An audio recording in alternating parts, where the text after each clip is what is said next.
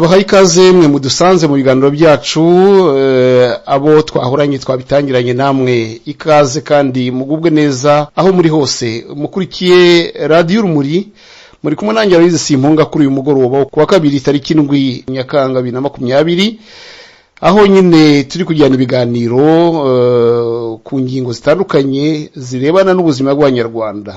Nshuti muze amatwi radio Urumuri uyu mugoroba nkuko nayo basezeranije nkaba mfite umutumirwa turi kumwe nawe hano. Umutumirwa nabatumirije kugira ngo adusobanurire ibijyanye na politiki. Muri politiki rero igihugu cyacu hakaba hari ibishyashya byabayeho muri iyi minsi, hakaba hari ishyaka rya politiki ritavuga rumwe na FPR ryavutse rikorera mu mahanga, akaba byumvikana nkuko radio Urumuri ibashakira amakuru kandi kayakura ku isoko. Tukaba twagize ngo abari bo batwibwirira imigabo n'imigambi y'iryo shyaka rishyashya rivutse, batubwira iryo ari ryo, batubwira imigabo n'imigambi, batubwira abarigize, mbese mwimenyere iryo shyaka namwe bitanyuze mu kanwa k'abandi bantu, kuko bajya bavuga ngo ibyo ndakubwiye cyangwa se ngo ijisho ry'undi ntirikurebera umugeni. Twebwe tugira ngo tubajyane aho amakuru ari yanyaye. Reka rero ndatinze mwikaze ndi kumwe n'umuntu uri muri Canada ugira ngo abibwire hanyuma tuganire dukore ibiganiro byacu. Ndagusuhuje Bwana Ashire Kamana aho uri muri Canada, ndagusuhuje kandi nkwifurije ibiganiro byiza tugiye kugirana. Ndagira ngo nawe usuhuza abadukurikiye hanyuma unababwire uriwe Bwana Ashire Kamana. Banje kubashimira kuba mwampaye utumire ko kugira ngo tugirane ikiganiro kijyanye na politike, kijyanye cyane cyane n'urunana twashinze ejo hashize. Ariko mbere yo ndagira ngo maze nsuhuza abanyarwanda bose batwumva, nsuhuze abakunzi ba radio Urumuri, kandi nizera ko tuza kugirana ibiganiro byiza. Urakoze cyane. Nsabye rero ngo kwivuga nitwa Ashire Kamana. Yego. Nkaba ndi mu gihugu cya Canada.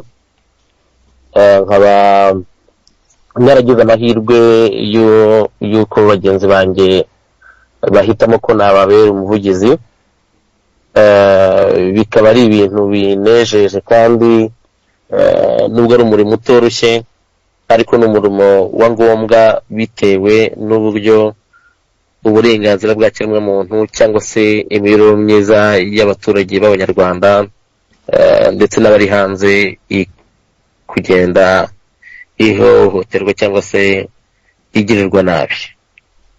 Ndumva ari ibyo ngibyo, ubwo nakureka tugakora ikiganiro murakoze. Urakoze cyane. Ndagira ngo sinze kugutindana cyane keretse niba uri bugire byinshi byo kuri urwo runana uri butubwire, ariko ndagira ngo mu gutangira rwose maze gushimire kuba witabiriye ubutumire bwacu. Ni umuco mwiza abanyapolitiki bose bakwiye kugira wo kugana abanyamakuru bakamara ndetse inyota y'amakuru yo kumenya abanyarwanda baba bafite, yo kumenya ibibera, kuko ibyo ari byose biba bireba inyungu z'abanyarwanda. Urakoze rero ndagushimiye. Ariko ikibazo cy'imatsiko cy'ibanze nagira ngo nkubaze, ndagira ngo tubwire amazina mu Kinyarwanda bishobotse no mu zindi ndimi y'urwo runana mwashyizeho. Ikindi kandi utubwire, ese urunana n'urw'abaki? Ese ni ishyaka rya politiki? Ese ni impuzamashyaka yandi mashyaka ya politiki? Utubwire imiterere y'urwo runana. Ijambo ni ryawe Bwana Ashire Kamana. Yego, murakoze Bwana Simpunga. Mbere yo gusubiza ibyo bibazo mubanze munyemerere nanjye mbashimire kuba muvuze kubirebana n'uwo muco tugomba kwimakaza, umuco wo kumva yuko politike cyangwa se ubunyamakuru cyangwa se n'izindi ngingo zirebana n'abantu bigomba guhora bikorwa mu nyungu za rubanda. Icyo rero turagihuje cyane kandi biri no mu byo duharanira, kuko politike mu by'ukuri ntishobora gukorwa abantu badahari. Nta mpamvu rero ko politike yagikorwa igamije gupfobya abantu cyangwa se kubatsikamira cyangwa se kudasubiza ibibazo byabo. Binahuye rero n'ubunyamakuru. Umwuga w'ubunyamakuru ni umwuga ukomeye cyane kubera ko abanyamakuru nibo batanga amakuru bayaha rubanda kugira ngo rubanda imenye uburyo iyobowe cyangwa se imenye n'ibihe aho bigeze. Byumvikana rero ko iyo abanyamakuru bitwaye nabi bashobora kuyobya imbaga nyinshi cyane, hakavamo inkurikizi zikomeye kandi ziba zidakwiye. Ni akazi rero gakomeye mukora k'ubunyamakuru, kandi n'abapolitisiye wenda bahari b'abanyarwanda nabo ubwo ngira ngo twumvikane ko cyangwa se twemerere ko nako ari akazi gakomeye cyane. Wakoze rero gushimangira icyo kintu. Ubwo rubanze kumbaza kubabwira amazina mu ndimi wenda 3 twakoresheje y'uru runana. Mu Kinyarwanda twabyise urunana nyarwanda ruharanira impinduka, mu Gifaransa bikitwa Alliance Rwandaise pour le Changement, hanyuma mu Cyongereza bikaba Rwandan Alliance for Change. Ni urunana navuga ko ari igitekerezo, ntabwo navuga ngo ni ishyaka cyangwa se ngo ni organisation, ariko kuba byakwitwa ishyaka akakanya ndumva ari ibintu byaba bitari realiste, kubera ko iyo statut wenda tuzayigira twabashije gukorera mu Rwanda nk'uko n'andi mashyaka wenda cyangwa se n'andi ma organisation ari hanze abyifuza. Ubwo wenda ni ishyaka rizabaho nk'ishyaka, ariko ubu ni urunana rugizwe n'abantu bifuza impinduka nyazo mu Rwanda. Ni urunana ruhujwe n'ibitekerezo biganisha mu kubaha uburenganzira bw'ikiremwamuntu, mu kwimakaza ubuyobozi bwiza, ibyo bita bonne gouvernance, kwimakaza leadership mu Kinyarwanda ntabwo iryo jambo ribaho wenda Ikinyarwanda cyacu cyakenye, ariko leadership ni uburyo umuntu yakwitwara mu kintu runaka, kuba wayobora ikintu, kuba wafata iya mbere ukayobora ikintu kandi ukakiyobora neza kugira ngo abantu bose bacyungukiremo, ku buryo n'ibyiza cyangwa se umusaruro uvamo uba umusaruro wungukira buri muntu cyangwa se buri munyarwanda. Nicyo kintu gikomeye cyane kitugize, cyatumye tunabaho, kigatuma n'ubu ngubu twunze ubumwe, tukaba twarahisemo nyine kumurikira abanyarwanda iyo organisation yacu. Hari uwagize uti ese ni impuzamashyaka? Oya, ntabwo ari impuzamashyaka, kuko urwo rwego ntabwo ruragerwaho cyangwa se ntabwo ruraganirwaho. Cyakora icyo nababwira ni uko kuba hari andi mashyaka cyangwa se hari ama organisation yakwemera cyangwa se yakwifuza gukorana natwe, ntihabuze ingingo runaka tuzaba duhuje, kandi dushobora no guhuzamo ingufu kugira ngo ibikorwa byihute, kuko mu bintu bimaze kurambirana cyangwa se abanyarwanda benshi barambiwe ni uguhora bumva amashyaka ya opposition ahari avuka, amwe akageraho akabura, andi agacikamo ibice, ariko mu by'ukuri umusaruro w'ibanze abantu benshi baba bategereje ntuboneke, kubera ko aha tuvugana buri munsi muri kiriya gihugu cyacu cy'u Rwanda dukunda cyane, hari abantu bahohoterwa mu buryo bumwe cyangwa mu bundi. Byongeyeho kandi ndagira ngo n'icyo kintu tujye tugishimangira, umuco wo kuvuga ibitagenda neza ntugomba kwitiranwa n'umuco wo guharabikana cyangwa se n'umuco wo gushishikariza abantu kugira nabi. Ntabwo ari uko tugomba kwifata. Ibihugu byinshi byateye imbere dutuyemo usanga uwo muco warimakajwe kandi wubahwa, ndetse n'ireme ry'uburezi rigakorwa muri ubwo buryo, bifashishije cyane cyane n'ubwisanzure mu buryo bwose bubaho. Rero kunenga leta ni ukunenga imikorere mibi yayo, ndetse n'ibyo yakora byiza ntabwo ariyo igomba kubirata ngo yakoze ibyiza. Ni abaturage bagomba kubivuga bati ibi ni byiza, noneho bagaca urubanza ku gihe cy'amatora. Nuko nk'uko tubona u Rwanda, ni u Rwanda rugomba kubamo ibitekerezo bitandukanye twakwita mu gifaransa pluralité des idées. N'u Rwanda rugomba kwemera ko abantu badahuje amateka, badahuje ubumenyi, batanahuje n'ubunararibonye, ariko ko ibi byose nubwo bitandukanye ari ubukire tugomba kubakiraho kugira ngo tugire imiyoborere izana amajyambere adaheza umwana n'umwe w'u Rwanda. Urakoze tugakomeza. Urakoze bwana Achille Kamana kuri ibyo bitekerezo rusange udusangije, ariko ndagira ngo twibande kuri urwo runana. Ugize uti ntabwo ari ishyaka rya politiki, none se twabifata gute? Ni umuryango se wa société civile? Uravuze uti ibitekerezo bwoko ki? Kuko niba uvuga uti za organisation zindi mwakorana zigomba kumenya isura ibara mufite, kugira ngo niba ari amashyaka ya politiki abegere nk'abanyapolitiki, niba ari imiryango ya société civile ibegere ibafata nk'aho muri umuryango wa société civile, cyangwa se niba ari indi ubundi buryo mwebwe bw'umwihariko mwabonye nabyo bigafutuka, kugira ngo ahandagira ngo ngufashe wenda kuboneza icyo gitekerezo, noneho n'abatwumva bamenye uburyo babifata rwose ku buryo budasubirwaho. Bwana Achille. Murakoze cyane kandi ikibazo kiranumvikana.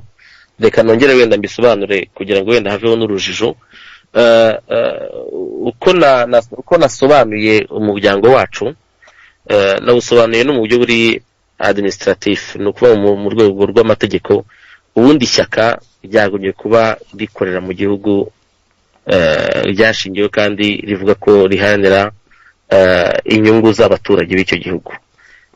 Sinzi ko muzumva ko ari ishyaka ryo muri Amerika cyangwa mu gihugu cya leta z'ubumwe za Amerika cyangwa se cy'Ubudage cyangwa se cy'ibindi bihugu byateye imbere, mushobora kuba ngo iri shyaka ngo rikorera hanze. Impamvu nuko mu Rwanda amashyaka yitwa ko ari opposition ni baringa. Amashyaka yandi abashaka kujya kubakorera kandi ubona ko afite imyitwarire ijyanye n'amashyaka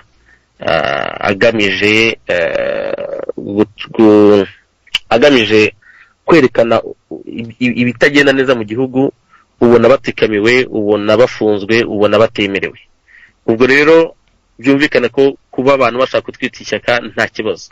Icyo navuga kigaragara cyangwa se cyatuma abantu bava mu rujijo nuko ariko mwe mutavyemera ko muri ishyaka bakabibita turi igitekerezo cya politiki, kubera ko dukorera hanze, kubera ko kuri ubu ngubu wenda abagize ubuyobozi bw'iryo shyaka bakorera hanze. Ariko igihe icyo ari cyo cyose twaba dushoboye kandi tuzabishobora gukorera mu Rwanda, tuzaba turi ishyaka. Niko kantu konyine nshaka kubwira abantu. Abantu bashaka kutwita ishyaka rya politike, natwe dushobora kwita ishyaka rya politike, ariko aka kanya tuvugana situation y'igihugu cy'u Rwanda, uburyo imiterere y'ubuyobozi bw'u Rwanda bukoresha igitugu bwifashe, bituma bigoye ko wavuga ngo ishyaka ngo rikorera hanze. Ishyaka ubundi ryagomba gukorera mu gihugu, ariko kubera icyo gitugu biragoye. Ubwo rero tuvuga ko turi ishyaka, nubwo tarabasha gukorera mu gihugu twavuga ko turi ishyaka, ariko kubera ko dukorera hanze turi igitekerezo cya politike kigamije kwimakaza uwo muco w'uko amashyaka atavuga n'umwe n'ubutegetsi atari abanzi b'u Rwanda. Sinzi niba numvikanye neza. Birumvikanye ibyo uvuze, usibye ko ngewe iyo nsomye amateka y'ibi bihugu nabyo byateye imbere muri demokarasi, hari aho mu mateka byegeze nabyo bigira ayo mashyaka akorera hanze. Nko mu Bubiligi rwose tugeze no kugira mu ntambara ya kabiri y'isi, twe no kugira ubwami bukorera hanze. Hari n'ibindi bihugu usibye n'amashyaka bigira na za guverinoma zikorera hanze, ugasanga bafite guverinoma. Ibyo ni inyito, ariko rero ubundi niba mwe nk'uko mubivuga ari ibitekerezo bya politiki, mwagombye kuba nyine ari ishyaka rya politiki, ntabwo ari rya societe, umuryango wa societe civile. Hari amashyaka ari hanze ahangaha yita amashyaka ya politiki afite ibyo aharanira byo gusimbura ubutegetsi buriho, ntabwo ibitekerezo byasimbura ishyaka rya politiki. Ubwo rero aho ngaho wenda reka ngira icyo nakongeraho. Ubusanzwe organisation politique ni ibitekerezo bwabyo, umuryango wa politike ni ibitekerezo, ntabwo ari abantu gusa, ni abantu bahuza ibitekerezo runaka bakavuga bati turifuza ko igihugu cyayoborwa muri ubu buryo, turifuza ko ku ngingo runaka wenda y'ubukungu twakwitwara kunuku. Byose ni ibitekerezo. Ariko ibyo nashaka gushimangira nuko mu by'ukuri wenda ikintu nubwo twagitindaho cyane kubera ko ni inyito gusa. Mu by'ukuri umurebye manifeste yacu mukareba n'amatangazo twanyujijeho ejo hashize, nta kintu na kimwe cyatuma abantu bagira urujijo kuri gahunda zacu, kuko byagaragaye neza ko ari gahunda za politiki. Ubwo rero ngendemo kugereza kugaragaza yuko leta ya Kigali, leta iyobowe na FPR, mu kudaha abandi banyarwanda urubuga ngo baze nabo bakine muri urubuga rwa politike, nabo bagira ibyo bazana nk'ibitekerezo, nabo bagire ibyo bageza ku banyarwanda cyangwa ibyo babizeza, ubwabyo bituma iyo shusho ya politike idashoboka nk'uko twari tumaze kubivuga. Ndetse no mu mateka nk'uko bivuze mu Bubiligi ndetse no mu Bufaransa, ba Charles de Gaulle biyorganizaga bakoraga akazi kabo bari mu Bwongereza, bakoreraga hanze, ariko mu rwego rwa administratif n'amategeko ishyaka riba rigomba gukorera mu gihugu cyabyo. Ubwo rero turi ishyaka iyo ribishoboye, ariko iyo ribishoboye hari igihe riba ritabishobora. Rizabishobora kubera ko hari umugani baca ngo nta gahora gahanze kandi ngo urutinze ruhinyuza intwari. Rizabishobora. Ngira ngo n'ishusho y'uburyo politiki kimwe mu Rwanda mu myaka tuvuga imyaka 10 ishize, hari ibintu byagiye bihinduka byinshi, nubwo ibisigaye nabyo ari byinshi, ariko inzira zo kugira ngo ibyo bintu bihinduke zirazwi kandi zizakoreshwa igihe cyose abantu bazakomeza kugira izo mbaraga no kugira ubwo bushake bwo guharanira inyungu rusange z'abaturage. Urakoze cyane. Turarushaho kubyumva mu kanya ubwo uri budusobanurire neza imigabo n'imigambi y'urwo runana mwashyizeho, ariko kubera kuko muje ku matangazo mwatanze, ndagira ngo nyuzeho rimwe ryo mu Kinyarwanda nakuye ku mbuga nkoranyambaga ko mwabishyizeho, noneho urihereho mu kanya udusobanurira byimbitse urunana rwanyu. Reka iminota mike cyane, reka mbikumvishe noneho uze kubiheraho. Urunana nyarwanda ruharanira impinduka. Itangazo mbwirwaruhame. Impamvu: kumenyesha ishyirwaho ry'urunana nyarwanda riharanira impinduka. Twebwe abibumbiye mu runana nyarwanda ruharanira impinduka turamenyesha abanyarwanda, inshuti z'u Rwanda hamwe n'abantu bose ko dutangaje ku mugaragaro urunana ARC. Ibi tubikoze mu rwego rwo guhangana n'ishyaka FPR riri ku butegetsi, kugira ngo dufashe u Rwanda n'abanyarwanda kurangiza ibibazo by'ingutu bishingiye ku butegetsi bw'igitugu, akarengane n'imiyoborere mibi muri rusange byatewe n'ubutegetsi bwa FPR. Ku mugereka w'iri tangazo turabagezaho imigabo n'imigambi y'urunana nyarwanda ruharanira impinduka. Tubifurije intsinzi. Bikorewe Ottawa ku ya 6 Nyakanga 2020, bishyizweho umukono n'umuvugizi w'urunana nyarwanda ruharanira impinduka, Kamana Achille. Ya Bwana Kamana Achille, iryo ni itangazo rigufi ariko mwavugaga muti muragerekaho imigabo n'imigambi y'urwo runana. Reka duhera ariko ku magambo wahereyeho uvuga uti muri iryo tangazo uti twebwe wabwira abadukurikiye abo muri bo ese urwo runana rufite ubuyobozi buteye bute, ese urwo runana abayobozi abarukuriye ni bande? weho twakumvise ni byiza wanatwibwiye, ese abandi muri kumwe muri ubwo buyobozi bw'urunana cyangwa se abo mufatanije umugambi watunyuriramo bwana Achille Kamana? Yego, aho ngaho wenda icyo nabasubiza ni uko ngira ngo niba mwarumvise neza uko manifeste yasomwe bagenzi banjye, twakoze urutonde rw'abahagarariye abanyamuryango bacu bose. Nta zindi mpamvu ni uko twumva ko mu mikorere yacu atari ngombwa kujya gufata urutonde rw'amazina ngo usange manifeste wishyizeho impapuro 4-5 zuzuyeho amazina y'abantu, kandi by'ukuri icy'ingenzi ari ukureba iyo migabo n'imigambi tuzaniye abanyarwanda cyangwa se igize impamvu turiho ubu ngubu. ubwo rero abantu basomwe sinzi ko wifuza ko njye bavuga, ariko nabahagarariye abandi benshi nibura abahagarariye urwo rugaga nk'umuyobozi, umuntu akamumenya, umwungirije, niba bari mu bihugu bitandukanye, bahagarariye mu gihugu runaka, ngiye ndi hano mu Bubiligi, niba namenye nk'ubayoboye najya ubahagarariye hano mu Bubiligi najya mubaza iby'amakuru yanyu n'ibyo, mbese mu magambo make bwana Achille Kamana.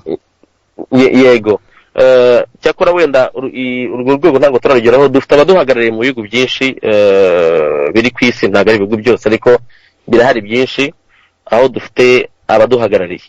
cyakora murabona ko ejo nibwo twamuritse umuryango wacu, urunana rwacu.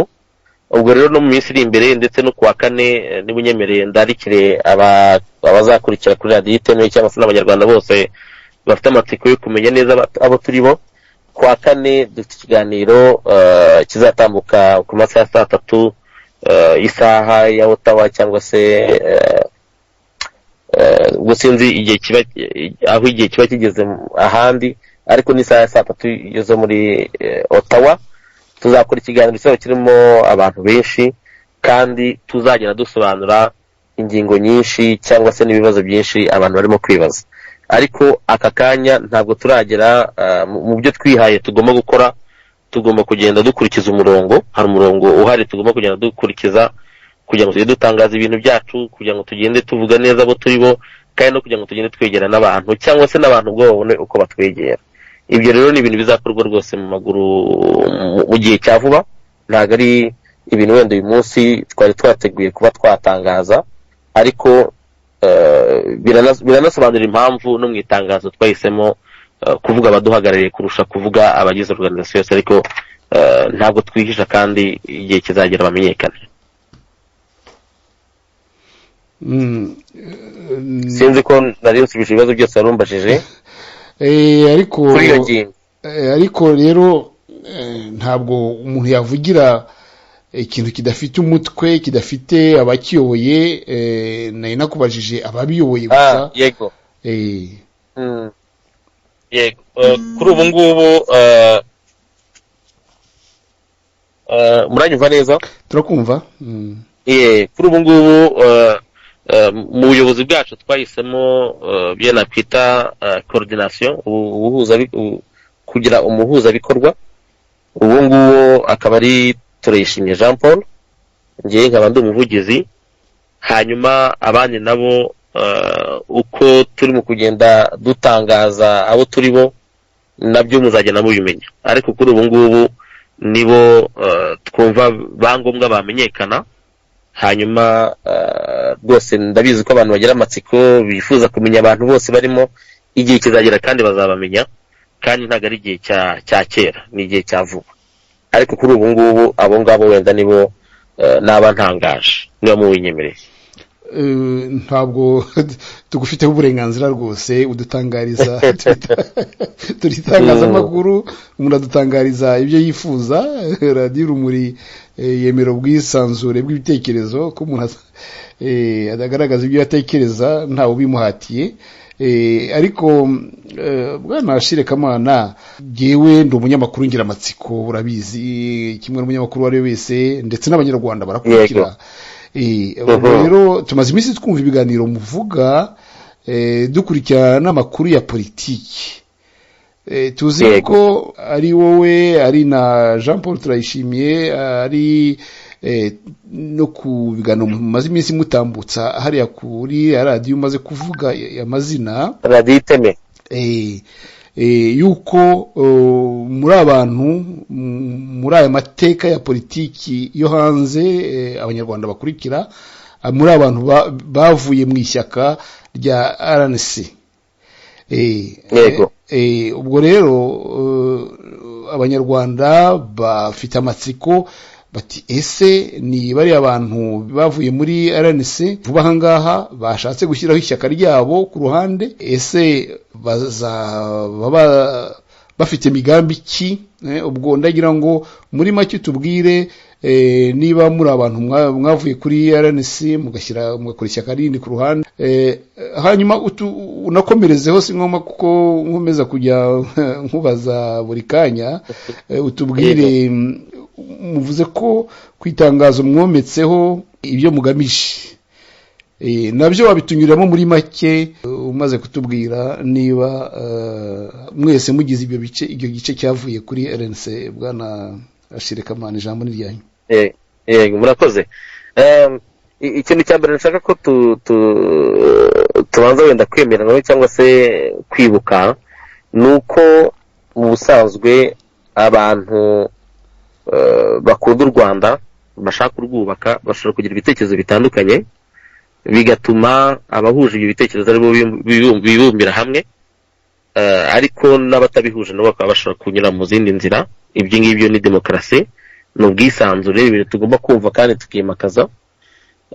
Mu ihuriro RNC nibyo koko nanjye nahozemo, na Turayishimiye Jean Paul nawe yahozemo, n'abandi mwumvise muri liste bahagarariye abandi nka Umuhoza Benoit, Tabita bahozemo, ariko abanyamuryango bacu bose harimo n'abari mu buyobozi ntabwo ari abantu bose bahoze muri RNC. Harimo n'abantu batari muri politike, harimo n'abantu bari wenda mu yandi mashyaka atari RNC, ariko ntabwo twavuga ngo ni ishyaka ngo rigizwe n'abantu bahoze muri RNC. Hoya, ni ntabwo ko ari urunana rw'abantu benshi bari bafite inyota yo kugira ngo imvugo ibe ingiro kandi ari abantu bizeye. Ibyabaye muri RNC ni ukutumvikana ku bitekerezo, ni ukutumvikana ku mikorere, ariko ntabwo twabyita ngo ni byacitse. Cyakora harimo ibyabaye twakwita ngo byacitse, cyangwa se twakwita ko ari amahano iyo ubuzima bw'abantu bugeze aho ngaho bugahungabana. Icyo gihe mbanyeka ko hari umurongo utukura abantu baba bamaze kurenga. Ariko atari ibyo ngibyo, impamvu abantu bahagurutse bakajya muri politike cyane cyane ya opposition nyarwanda ni ukubera ko hari ibitagenda neza mu Rwanda, kandi ibyo bitagenda neza mu Rwanda byatangiye kubaho RNC nayo ubwayo itarashingwa. Ubwo rero RNC hari aho yagezeho isa nk'ifata nk'igira imbaraga, yerekana ko ifite n'ubushobozi bwo kuba yahangana na buriya butegetsi bwa Kigali kugira ngo ibintu bihinduke. Ariko kubera imikorere imwe n'imwe idahwitse n'andi makuru mwagiye musoma ntashaka kugarukaho, byagiye bituma abantu bata icyizere muri urwo rugamba rukenewe. Ubwo rero abantu bamwe baravuze bati yego dutaye icyizere, ariko ntabwo dushobora guhagarika uru rugamba ngo turekere aho ngaho, tugomba kurukomeza. Muri urwo kurukomeza, mbere y'uko tunatekereza ko twashyiraho urunana, habanje gushaka inzira y'ibiganiro yatuma imikorere twumvaga idahwitse yari muri RNC yahinduka, ariko ntabwo byadushobokeye kubera ko ubuyobozi bw'ihuriro ntabwo bwigeze bugira ubushake cyangwa se bugaragaza ubushake bwo kugira ngo abantu baganire kuri ibyo bibazo maze bikemurwe ndetse ibintu bisubire mu nzira. Ubwo rero abantu bose navuga ngo bari banyotewe nuko ibintu biri kugenda bidindira cyangwa se urugamba rutinda, bahisemo kuvuga bati reka dufate ibintu mu ntoki zacu, reka dufate ibintu tubigarurire mu buryo kandi tunabyihutisha. Kuri icyo kirebana na RNC nicyo navuga. Hanyuma nk'uko izina ryacu ribivuga ni urunana nyarwanda ruharanira impinduka. Ni impinduka mu by'ukuri zikenewe mu Rwanda, ariko mu by'ukuri zinakenewe mu myumvire y'abantu, mu myumvire y'abapolitisi. Kudahuza ibitekerezo byagombye kuba ikibazo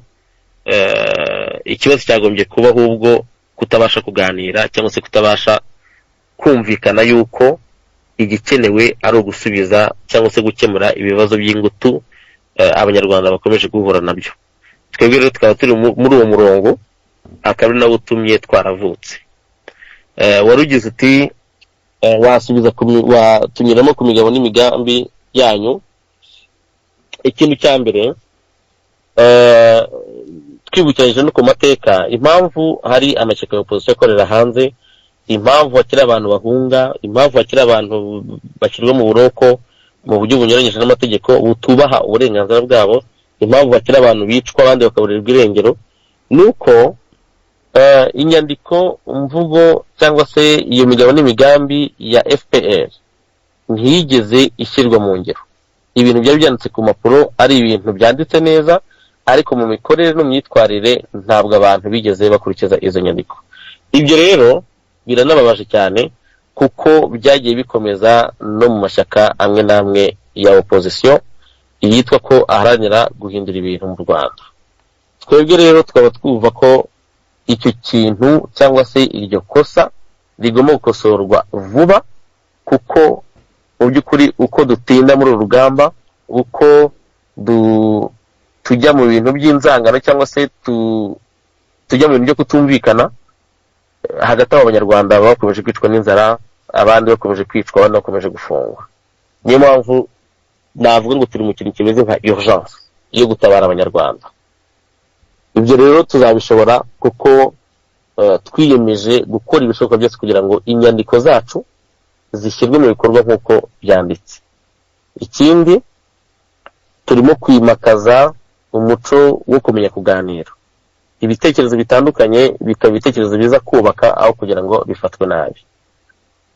Ikindi nababwira kijyanye n'imigabo n'imigambi yacu nuko twebwe dufata abanyarwanda bose nk'abantu badahuje uturere, badahuje inkomoko, badahuje ubunararibonye, badahuje ibitekerezo, badahuje ubwenge, ariko ibyo byose nubwo ari ibintu bitandukanye tugomba kwifata nk'ibintu bitandukanye, tugomba kwifata nk'ubukungu.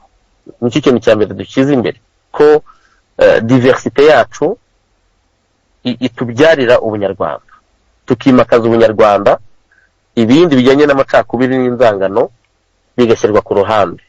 Ibyo kandi twibukiranye ko bikunze gukoreshwa n'udutsiko cyangwa se n'abantu bakeya babikubiye ubutegetsi, bumva yuko bagomba gukoresha ya politike ya diviser pour régner, politike ya munyangire cyangwa se politike yo gutanya abantu, kuko mu by'ukuri iyo uteranya abantu ku rwego rw'igihugu cyose, abantu bakikanga, buri wese akikanga mugenzi we, umugabo akikanga umugore we, umwana akikanga nyina,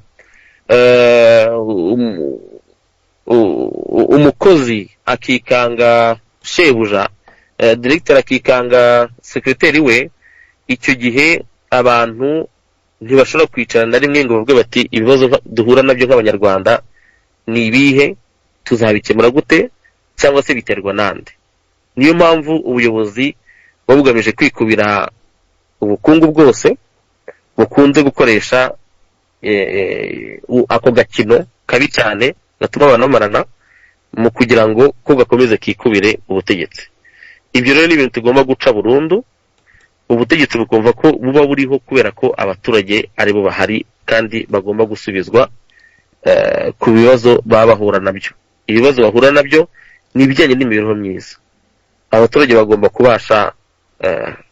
kubasha kwigaburira, kwihaza mu biribwa, bagomba kugira ibikorwa remezo bibageraho, amazi, umuriro, bagomba no kugira uburyo leta ibarengera mu bintu wenda bya sante, ubuzima gatozi, umutekano.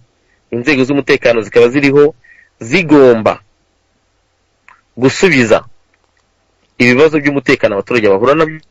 Nkomereje kuri ibyo navugaga bijyanye n'imibereho myiza y'abaturage, impamvu tunabivuga cyane cyane nuko ngira ngo murabona u Rwanda ruyobowe na FPR, ishyaka rimaze imyaka irenga 26 ku butegetsi, ariko ikibazo cy'amacakubiri kiracyahari.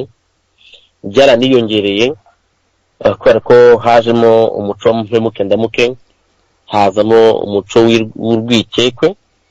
Ibyo kandi akaba ari ibintu byica sosiyete nyarwanda buri munsi. Ku bijyanye n'ubukungu, nubwo leta iyobowe na FPR ikunze kwigamba ko iterambere bagenderaho ngo abanyamahanga byabayoboye, ariko hajya hasorwa inyandiko nyinshi zagiye zigaragaza ko iriya mibare iba ififitse, ntabwo ari imibare nyayo. Ndetse umunyarwanda usanzwe yaba ari mu gihugu cyangwa se ari no hanze, we azi neza uko ikibazo cy'ubukungu kimeze mu Rwanda. Abantu barakennye, hari abantu badahembwa, ariko kubera ubwisanzure buke ntabwo ibyo bintu ari ibintu bisohorwa ngo wenda bijye ku karubanda bimenyekane. Ibyo ngibyo ni bigaragaza uburyo ubukungu bwanapfuye mu gihugu, nta bantu bakigira umutungo wabo bwite. Ku bijyanye n'umuco nabyo ngira ngo umuco nawo waraciwe, kandi umuco ni ikintu gikomeye cyane, kubera ko iyo abantu bagendera ku mico myiza babana neza, barashyikirana, ndetse nta nubwo ushobora kurebera mugenzi wawe arengana noneho ngo ubyirenge cyangwa se wigire ntibindeba cyangwa se ukore nkaho ibyo bintu bitakureba. Umuco utuma n'abantu bashyikirana mu buzima bwose, ku buryo kuba abantu badatabarana cyane, kuba tumaze imyaka 26 tuyobowe na FPR ikoresha igitugu ndengakamere, ni ibyerekana ko n'uwo muco yawushenye nawe ugomba kubakwa. Hari ikibazo cy'umutekano, mwumvise abantu barasirwa muri za gereza bambaye n'amapingu, ariko umuntu akaraswa mu cyico ngo yaragiye gusagarira abashinzwe umutekano. Mwumvise abandi baraswa ngo basimbutse ngo imodoka kandi bafite amapingu, ukibaza umupolisi niba atarize kwirukanka cyangwa se niba atashobora gukoresha ubundi buryo bwatuma uwo muntu bongera bakamufata, cyane cyane ko abantu benshi banafatwa baba banarengana. Ariko icyo bwacyo kigaragaza ko umutekano ari mukeya, kandi burya haravuga bati umutekano urahari kuko batumva amasasu. Umutekano ntabwo ari amasasu gusa, kumva ko hari bombe cyangwa amasasu biturika. Umutekano ni no kumva mu mutima wawe utuje, wumva ko nta kintu cyakubaho cyakugirira nabi, kubera ko inzego za leta zishinzwe kurengera abaturage mu bijyanye n'umutekano ziba zikora akazi kazo ko kurengera nyine umutekano w'abantu. Hari ibibazo byinshi cyane abanyarwanda bahura nabyo, n'iby'abacikacumu bakomeje kwicwa. Abantu barishwe mbere ya 1994, muri 1994 baricwa, barakomeza baricwa, ndetse na n'ubu ngubu bakicwa. Hari ibibazo bijyanye n'ubundi bwicanyi bwabaye mu Rwanda kuva muri za 90, bwakomeje gutsikamirwa kubera ko leta ya FPR itigeze yemera cyangwa se yagaragaje ubushake buke cyangwa se yabaye ikidobya ku bantu cyangwa se ku miryango mpuzamahanga yifuje gukora amaperereza yo kugira ngo haboneke umucyo kuri ubwo bwicanyi bwose bwabaye. Ibyo byose rero ni ibibazo twumva mu runana nyarwanda ruharanira impinduka, ni ibibazo bimwe bikomeye cyane twumva tugomba gukemura kandi tukabikemura vuba bishoboka, kuko amateka yacu yaragoretswe. Ntago dushobora kubasha kubaka sosiyete nyarwanda dushingiye ku mateka atari nyayo. Amateka yacu agomba gusubirwamo, ukuri kukajya ahagaragara, abantu bahohoteye bagahozwa, abantu bahohoteye abandi bagahura n'uwo muco wo guhana. Donc umuco wo kudahana ugomba gucibwa burundu, abantu bagomba kuresha imbere y'amategeko, kandi tugomba kugira igihugu kirimo amahoro, umutekano n'ituze ku bantu bose. Ibyo ngibyo nibyo bizana amajyambere kandi bituma n'abantu bisanzura mu mibereho yabo. Abanyarwanda ni abantu bafite agaciro, twubaha kandi basa nk'abambuwe. Niyo mpamvu tuzakomeza uru rugamba kandi tubishoboye kugira ngo ako gaciro k'abanyarwanda kongere kubahwe. Ubwo sinzi, ndumva ari ibyo ngibyo naba mvuze. Hari ibibazo wenda nabisubiza, ariko ndumva ari ibyo ngibyo. Urakoze cyane rwose. Naguteza amatwi. Imigabo n'imigambi yanyu nk'uko bidusobanuriye, nabonyemo ibice bibiri. Ibice by'uko hari ibyo ishyaka riri ku butegetsi FPR ritashoboye gukora kugeza ku banyarwanda, ariko muvuga ko mufite imigambi yo kubisimbuza ibyiza mu gukemura ibyo bibazo byose. Ibi ngibi ngewe mfite utuntu tubiri byumvisemo. Numvise ko iyo mikorere yanyu ari ishyaka rya politiki. Nge numvise ari ishyaka rya politiki, kuko ikintu kigamije gusimbura ubutegetsi bwariho kikajyaho, ngewe mbona ari ishyaka rya politiki. Ntabwo icyo ariko nirwa nkensisitaho ngitindaho cyane, kugaya kunenga ishyaka ririho ku butegetsi, noneho mwebwe mugamije guhindura impindura nk'uko biri no mu izina ry'urunana rwanyu, ko ruharanira impinduka, ruhindura ibintu, rubishyira mu buryo bwiza. Ni imyitwarire ya politiki.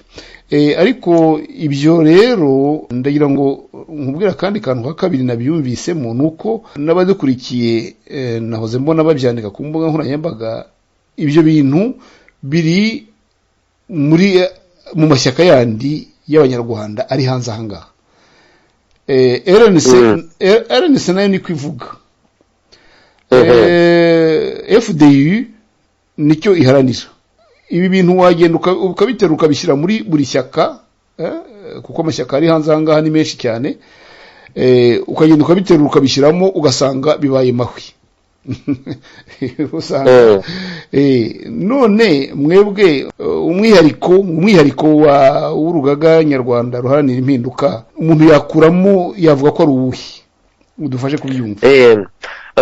Analize icyegeranyo ukoze cyangwa analize ukoze ni nziza kandi ndanayubaha, ndanayemera ko ari uko bimeze, ariko tubirebeshe indorerwamo zitandukanye cyangwa se amadarubindi atandukanye.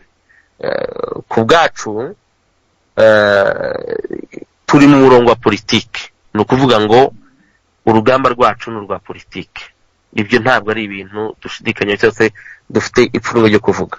Ariko mu buryo bwa administratif, bwana Simpunga namwe murabizi, hari ibintu biba bisabwa ko nyine byemezwa ku buryo buri administratif. Twavuga rwose ko nta kibazo dufite kwitwa ishyaka, ari uko wenda mu Rwanda twanditswe kandi twemewe nk'ishyaka. Ariko kubera ubutegetsi bugenera ku gitugu, ni naho numva ko twagombye kwibanda kuki amashyaka akorera hanze ari menshi.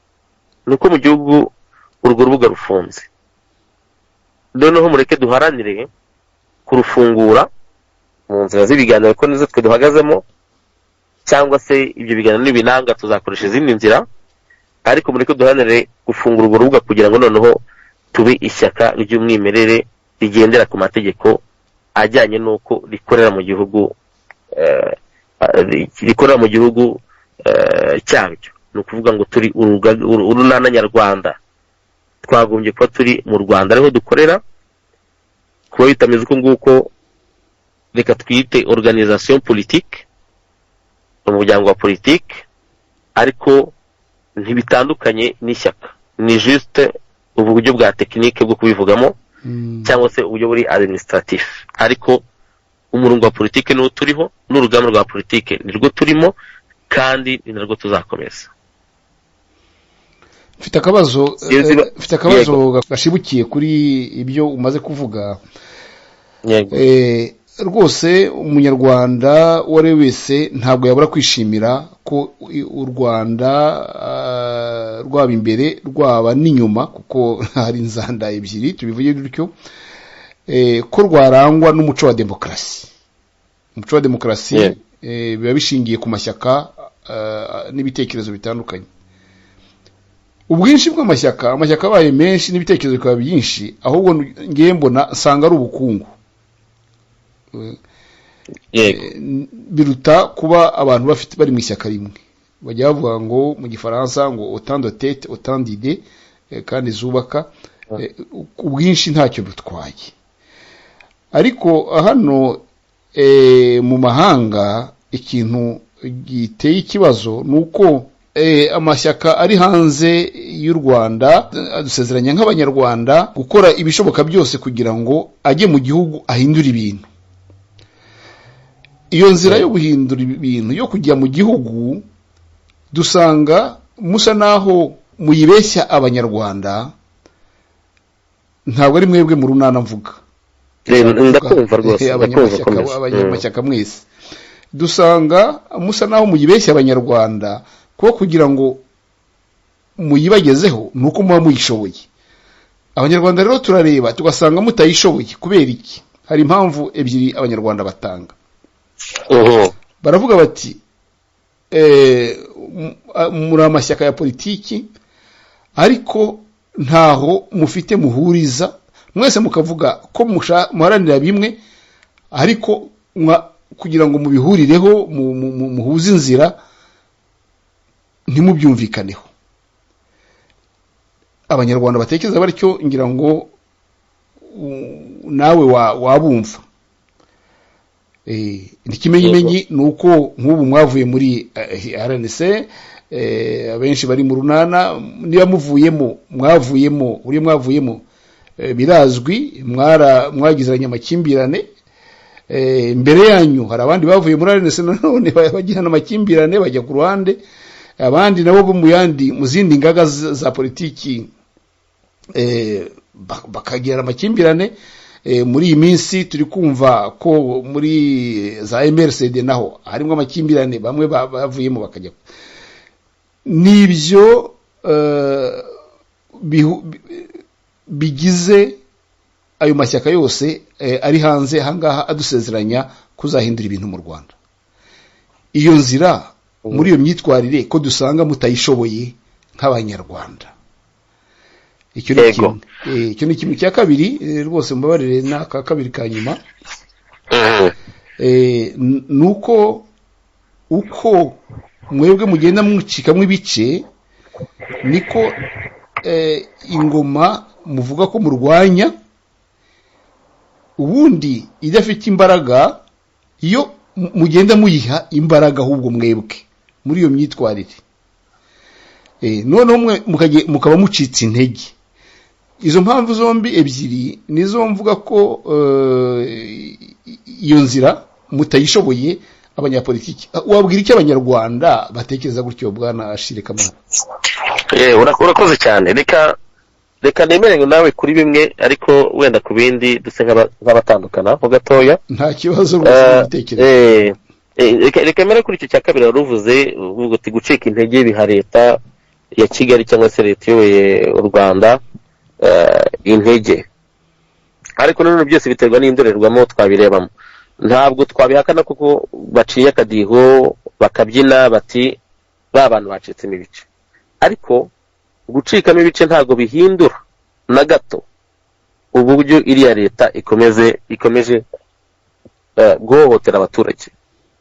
Bivuze ngo gucikamo ibice twabifata nko kuvuga duti abantu bari mu rugendo, bamwe barumva baca i Roma, abandi bakumva baca i Cairo, abandi bakumva baca muri South Africa cyangwa se ahandi kugira ngo bagere kuri iyi ntego. Icyo tugomba guhuza ni uko twese twemera ko ubutegetsi bwo mu Rwanda budakwiriye abanyarwanda kubera ko bubakandamije buhohotera buri munsi kubera n'impamvu twavuze. Umwihariko wacu nk'urunana muri urwo rugamba ni icyo nigeze kuvuga kare, igisa nk'icyananiye cyangwa se cyananiye yaba FPR ndetse n'andi mashyaka amwe n'amwe ya opposition, ni ugushyira imvugo mu ngiro.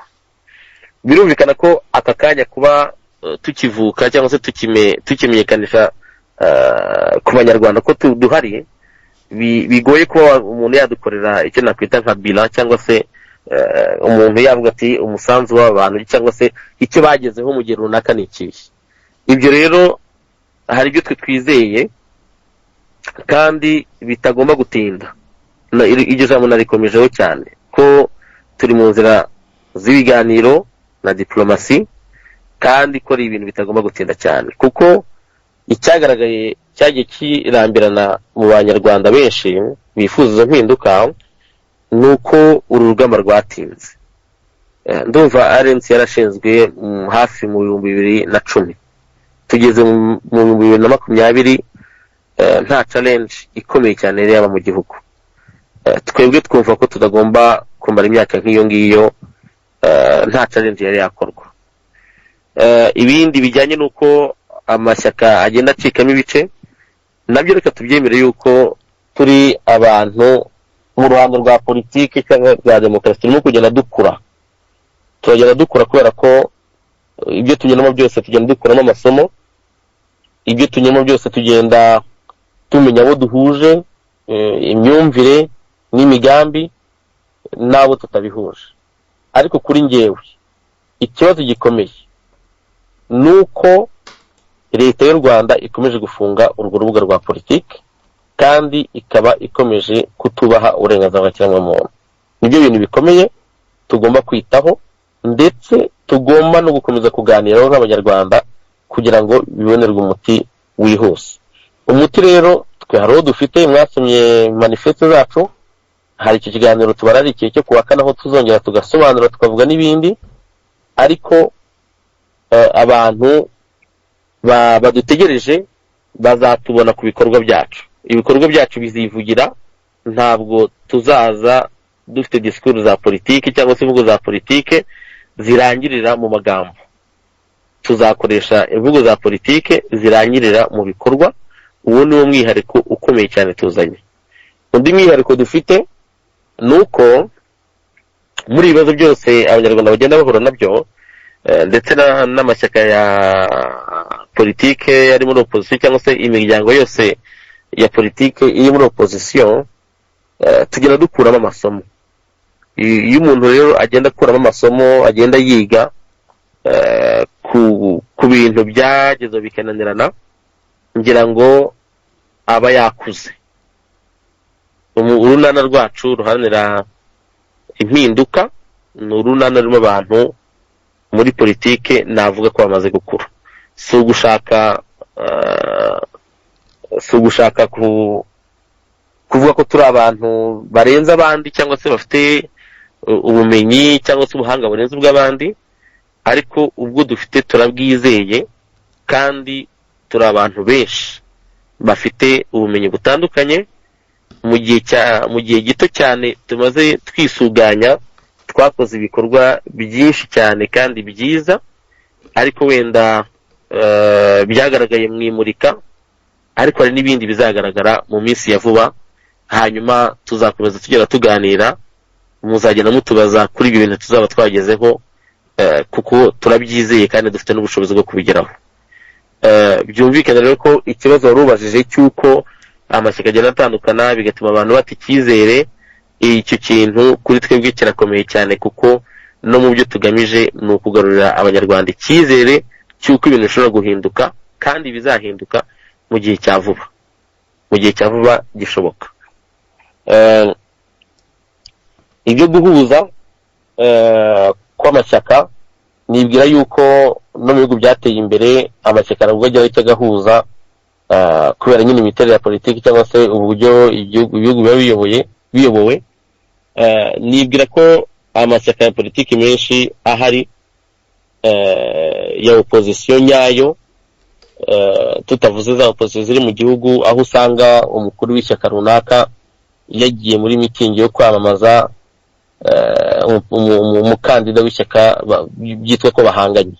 Murumva ko iryo ni ikinamico, kandi ikinamico ribabaje cyane kubera ko ni ikinamico rikomeze kugira uruhare rukomeye cyane mu gukandamiza abanyarwanda. Twebwe dushobora gufatanya n'abantu abaribo bose kugira ngo urubuga rwa politike, amahoro, ituze, umutekano ndetse n'ubwisanzure bifungurwe muri kiriya gihugu cy'u Rwanda.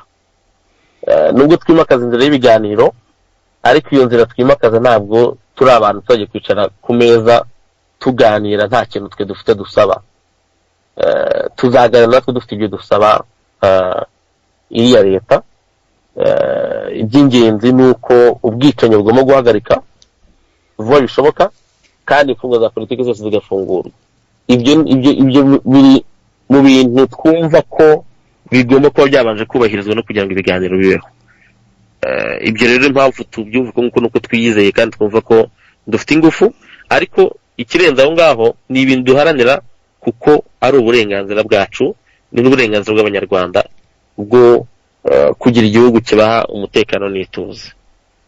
Ibindi ngira ngo mu rugamba cyangwa mu rugendo abantu baratambuka bagasitara, bakivuza, bagakomeza bagatambuka, ariko iyo bagamije ibyiza bigera ku nyungu z'abanyarwanda bose, inyungu rusange, nta kabuza bageraho bagatsinda. Hari ibyo mwavuze muti arenze yicike mice inshuro 2 cyangwa 3, ariko mabwiza ukuri ko ukuyeho igitugu kiri mu Rwanda muri FPR nayo bwegene icika mice buri munsi. None se abayishinze benshi bari he? Abenshi bashyizwe byo nakwita ku gatebe, abandi babura ibirengero, abandi bamwe barishwe. Niko ubuyobozi bubi cyangwa se bya bindi navuze byo kugira inyandiko nziza ariko imyitwarire n'ibikorwa bikaba bibi, nizo ngaruka zabyo zo kugira ngo abantu babe bari kumwe batangire urugamba, ariko usange agatsiko kamwe cyangwa se abantu baki cyane bari mu muryango nibo bikubiye ibintu byose. Za nyandiko ziracyanditse aho ngaho, ziteretse aho ngaho, ariko nta na kimwe gikurikizwa. Ibyo rero ni ibintu bigomba gucika, kandi twebwe dufite ibyo nakwita ngo ubumenyi n'ubushake bukomeye cyane bujyanye n'icyo bita mu gifaransa ethique, donc kugira imyitwarire isa cyangwa ijyanye n'ibyo duharanira, byaba mu bikorwa byose tunyuramo cyangwa se mu biganiro tujye tugira n'andi mashyaka cyangwa n'abanyarwanda tugize ku banyarwanda, ni kugerageza gukora ubwabo kugira ngo uwo muco wimakazwe, kuko niwo uzaba ishingiro ry'uko abanyarwanda bazabona ubuyobozi bwiza. Urakoze bwana Achille Kamana. Ndagira ngo dusoze tugende tugana ku musozo w'ikiganiro cyacu, kuko wadusobanuriye byinshi bijyanye n'ibyo mugamije n'imikorere izabaranga, ariko mu gusoza ndagira ngo nkugezeho impungenge nanone, impungenge z'uko iyo muvuze muti FPR ntiyashoboye gushyira mu mvugo nako imvugo yayo mu ngiro, nibyo koko ibyo birazwi, ingingo zazo 8 zaje kuba 9. Iyo urebye uburyo zagezweho ntabwo bishimishije, ariko abanyapolitiki bose niko bavuga. Iyo batangiye baravuga bati twebwe turashaka kurusha abandi, kurusha bariya bariho, ariko wajya kureba nabo bakaza bagakora nk'abo bavuga ko basimbura.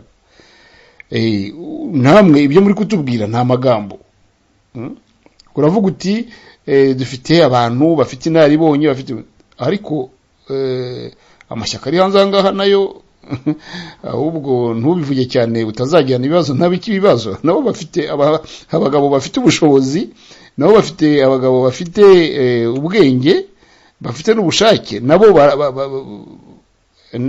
iyo mvugo rwose tubwiriye aha nabo niyo batubwira nk'abanyamakuru. Abo bose batunyura imbere buri kenshi. Ariko nta guciye mu ijambo bwana Simpunga, nibyo kuko uko bivuga niko bimeze. ariko burya nkeka ko udashobora gufata organisation ebyiri ngo uzigereranye, imwe ibaye ikivuka indi cyangwa izindi zimaze n'igihe kinini. Bitavuga ko ndi mu kunenga andi mashyaka, ntabwo ariyo mugambi wanjye, ahubwo ndimo kuvuga urunana ruharanira Inyarwanda ruharanira impinduka, icyo ruzanye ndetse n'impamvu abantu bashobora kutwizera cyangwa kuzatwizera.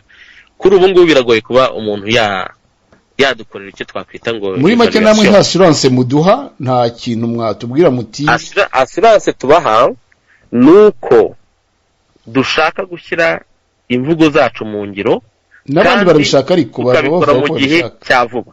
Ariko sinzi ko tuzamara imyaka 10 dutegereje ko ngo tubereke ibyo bintu. Ni ibintu bizakorwa mu gihe cya vuba.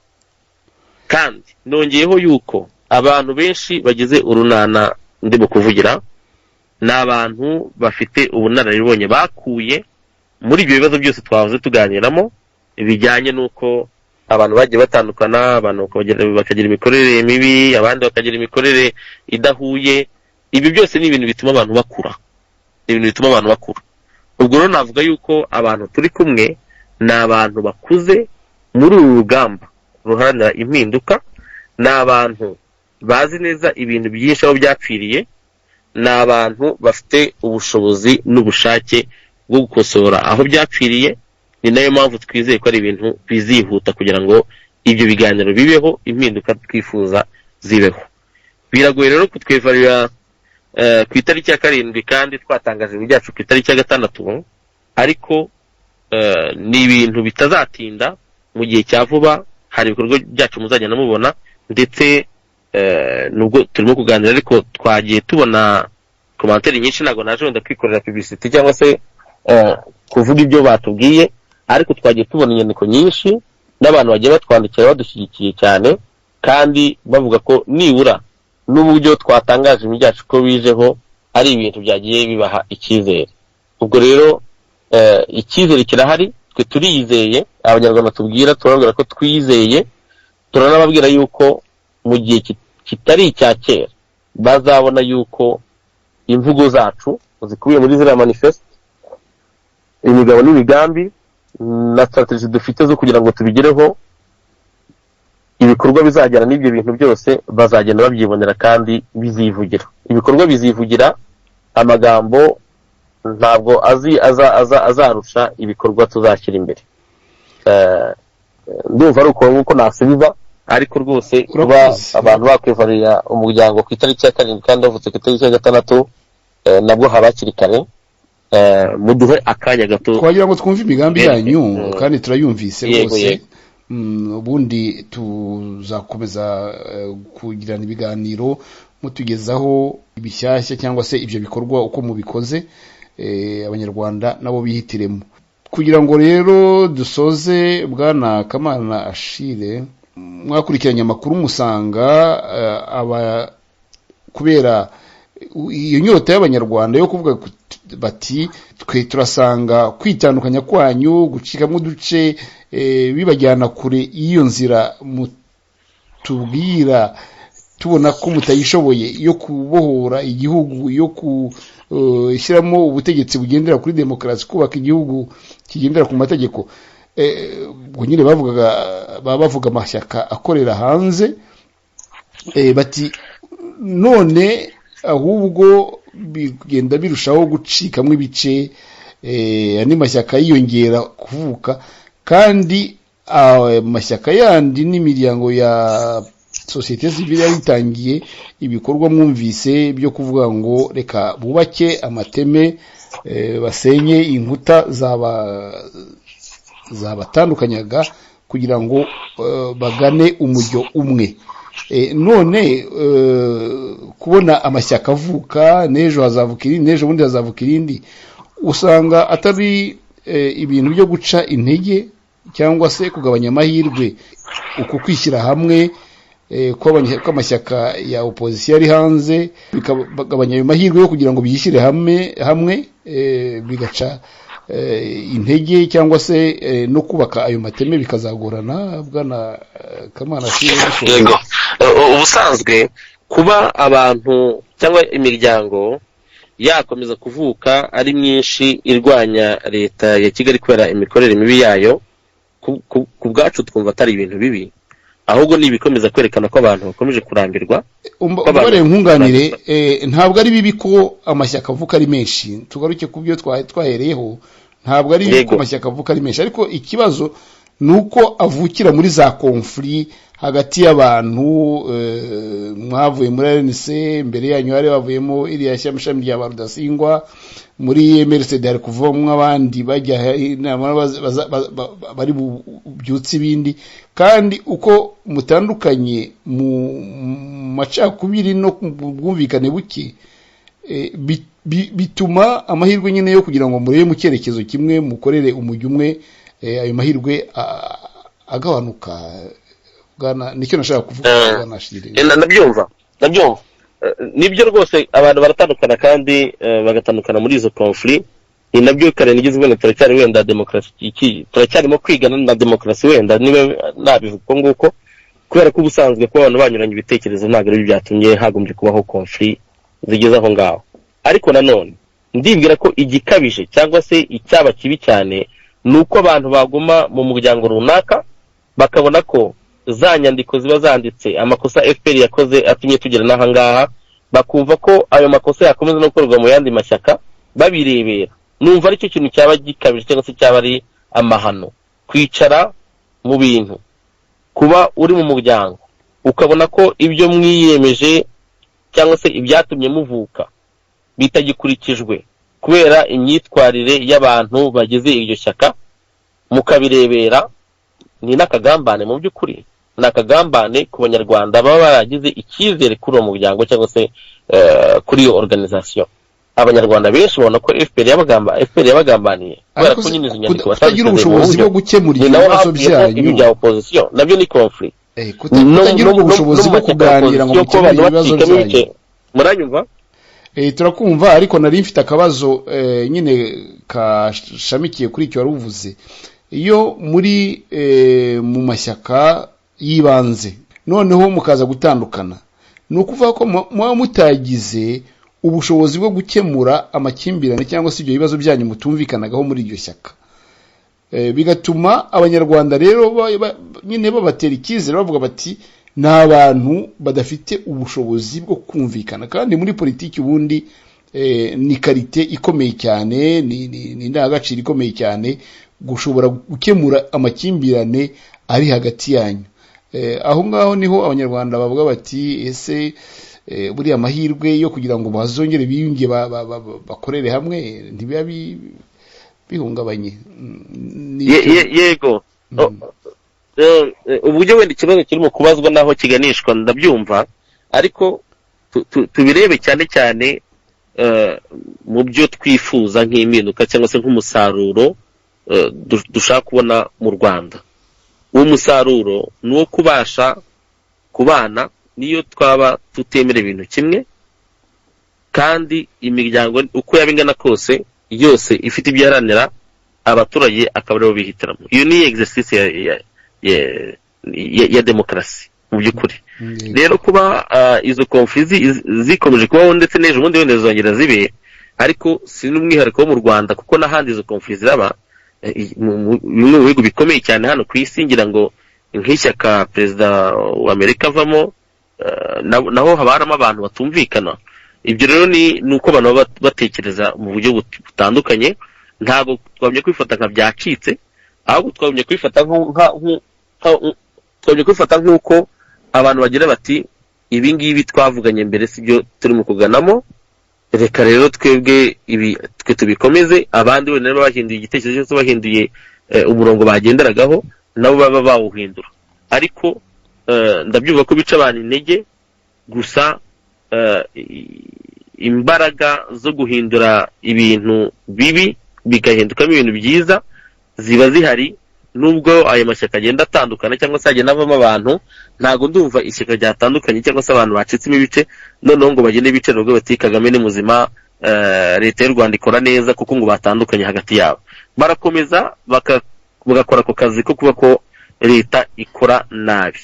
Yaho ngaho niho navuga ko tugomba gushyira wenda imbaraga kumva ko uko twaba tungana kose dukomeza kurwanya iriya leta tuyotse igitutu tugashyira hamwe mu kugira ngo urwo rubuga turufungure noneho tugende twicare tube twaganira ariko ibyo ni ibintu twese tuzaganira igihe kigeze ariko urubuga rugomba gufunguka kuba abantu rero bafatanya baba 10 imiryango 10 cyangwa imiryango 20 cyangwa imiryango 100 uko yabingana kose mu gihe igamije mu kugarura amahoro muri kira gihugu ntago ari ibintu bigomba kuba gufatwa nabi naho kuba abantu batakumvikana kandi wenda barashinze umuryango hamwe bakagira ngo ntibakomeze guhuza ni ibintu bishobora kubaho cyane ariko ntibigomba gutuma abantu batikizere kuko mu ruhando rwa demokarasi cyangwa se mu mukino wa demokarasi ibyo bintu bibaho iyo abantu bagonganye mu bitekerezo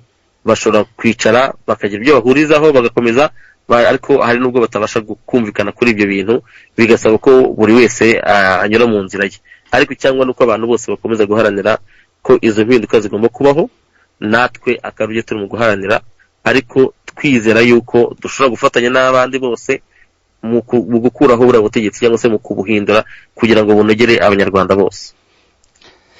Urakoze cyane reka dusoreze hano bwana Ashile Kamana dusoze ngushimira kuba witabiriye ubutumire bwacu mvuga nti rwose mukomeze uwo muco mwiza wo kuganiriza itangazamakuru wo kuganiriza abanyarwanda nibura n'ibindi byananirana ariko nibura icyo kigashoboka mwe kandi rero muragitangiye ni byiza turabibashimiye ikindi nuko birumvikana ko ndiko mugitangira ntabwo mwari mwagira ibikorwa cyangwa se n'imyitwarire abantu babareberaho tuzakomeza rero kubaba hafi tumenye imikorere gahunda zanyu murakoze cyane kuzajya mutugezaho amakuru ndagira rero ngo dusoreze hano ngushimire kandi nkwifurize umunsi mwiza mu gihe waba ufite ijambo ryo gusoza nawe warivuga tugasezerana. Yego nongere ngushimire nshimire na organization ya radio Urumuri kubaduhaye urubuga kugira ngo tuze kuganiriza abanyarwanda ku migabo n'imigambi yacu cyangwa se n'intego dufite uyu muco koko kuganira tugomba kukomeza ibidutandukanye tukabishyira ku ruhande tukareba ibiduhuza kugira ngo kira gihugu kigarurwemo amahoro ku banyarwanda batwumva n'abazatwumva tubabwiye yuko tuje twizeye tuje dufite ibyo nakwita bagage cyangwa se tuje dufite imbaraga n'impamba ikomeye cyane ivuye mu byo twagiye tunyuramo byose n'ubushake bwo kugira ngo ibintu bihinduke mu gihe cya vuba iryo jambo nakunze kurigarukaho tuzakora ibishoboka byose kugira ngo uru rugamba rurangire mu gihe cya vuba ubwo rero ibikorwa byacu bizivugira kandi tuzakomeza kuboneka kugira ngo dusubize ibibazo abantu bazatubaza cyangwa se tube twanaganira ku murongo wanyu kana Simpunga mwakoze cyane. Soje iki kiganiro mbifuriza amahirwe masa nyine mu bikorwa byanyu bizaza kandi nawe ubwawe ku giti cyawe nkwifurije umugoroba mwiza ndumva mugiye kugera ku mugoroba namwe ubwo naho ubutaha nitwongera kubatumira. Murakoze cyane ibihe byiza. Murakoze.